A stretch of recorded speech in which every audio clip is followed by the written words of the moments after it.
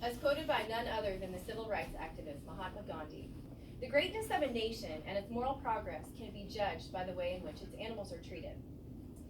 I know that at least one of you have visited an animal shelter, whether you were looking for a lost pet or interested in adding a new member to the family.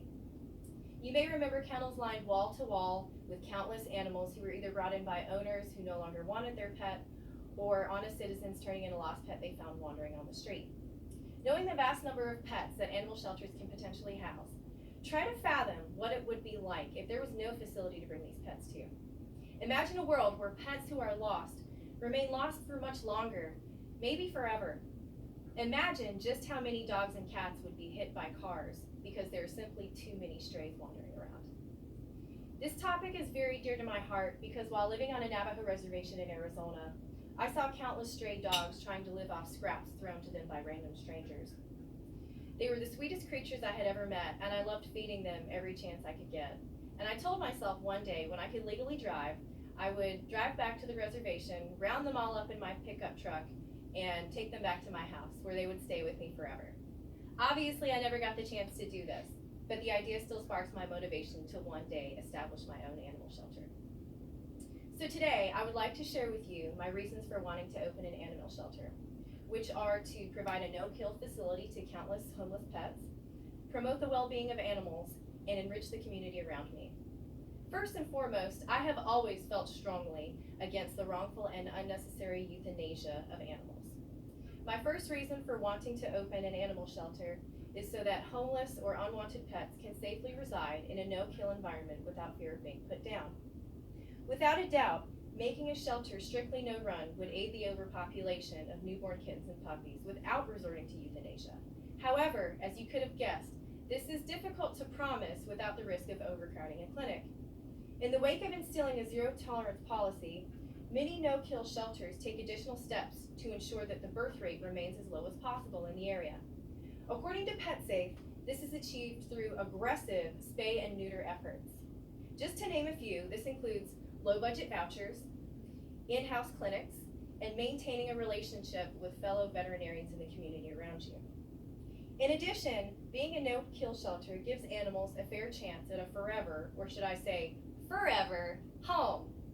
While doing my research, I discovered that nearly every year, an astonishing average of between 6 and 8 million animals are brought into animal shelters across the U.S. Of that population, nearly 3 million are euthanized. There is no reason for this statistic to remain so high. If you've ever walked past a pet store with puppies in the window, you were probably tempted to take off with one or buy the entire lot. But be warned, pet stores do not provide home training to the animals they sell. My second reason for wanting to open an animal shelter lies in the fact that shelters promote the mental, emotional, and physical well-being of the animals they take in. For instance, animal shelters implement enrichment programs as part of their residents' daily care, which in turn raises adoption rates. The Animal Farm Foundation describes that their enrichment program takes the dog's basic 5 senses into account and develops fun activities to stimulate and sharpen these senses or to lessen certain behavioral issues. An example of lessening a behavior may be to play soft, soothing music as a way of reducing stress or anxiety levels, while an example of stimulating a sense may be to hide treats in a room under various objects, sort of like a puzzle. As mentioned before, rigorous spay-neuter efforts are important for reducing the population. However, many animal shelters immediately fix the animals they take in prior to even making them eligible for adoption. Why, you may ask? First of all, spaying and neutering presents significant health benefits to both genders, reducing uterine infections in females and testicular cancer in males. Females who are spayed will no longer go into heat, and neutered males tend to be less aggressive.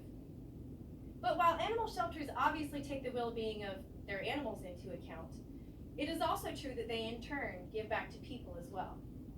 My final reason for wanting to open an animal shelter is that it would enrich the community. Some animal shelters develop a partnership with veterinary schools as a way of providing hands-on experience that the students otherwise would not receive in the classroom setting. For instance, a local shelter teamed up with the MSU College of Veterinary Medicine to allow students to participate in closely watched surgeries and gain invaluable knowledge. Their main objectives were to be exposed to spay-neuter procedures, dealing with potential medical and surgical issues, understanding why overpopulation occurs in the first place, and to get them acquainted with working in close conjunction with animal shelters. Furthermore, animal shelters give individuals in the community the opportunity to volunteer, which in turn promotes the mental and emotional health of humans. According to the CCSPCA, spending time with animals has shown to significantly reduce blood pressure in addition to stress levels. Volunteers also feel good about being a part of something greater in their community, which instills a sense of civic responsibility. And lastly, volunteering is all-inclusive, as there are typically programs for both youth and adults of all ages. Taking all of these factors into account, I hope you can see why I want to make my dream of opening an animal shelter become reality one day. Being that my reasons for opening a shelter are to provide a no-kill safe haven, promote the well-being of animals, and enrich the community, I'd like to return to Gandhi's quote at the start of my speech. While his quote instills a strong message in how our treatment of others is crucial to our personal growth and progress, notice how Gandhi says animals, and not dogs or cats or birds, because all animals have the right to a happy and healthy life, and they all deserve to be treated with respect and love. And I hope to someday reflect that in my own shelter one day, because at the end of the day, pets make life just a little bit better.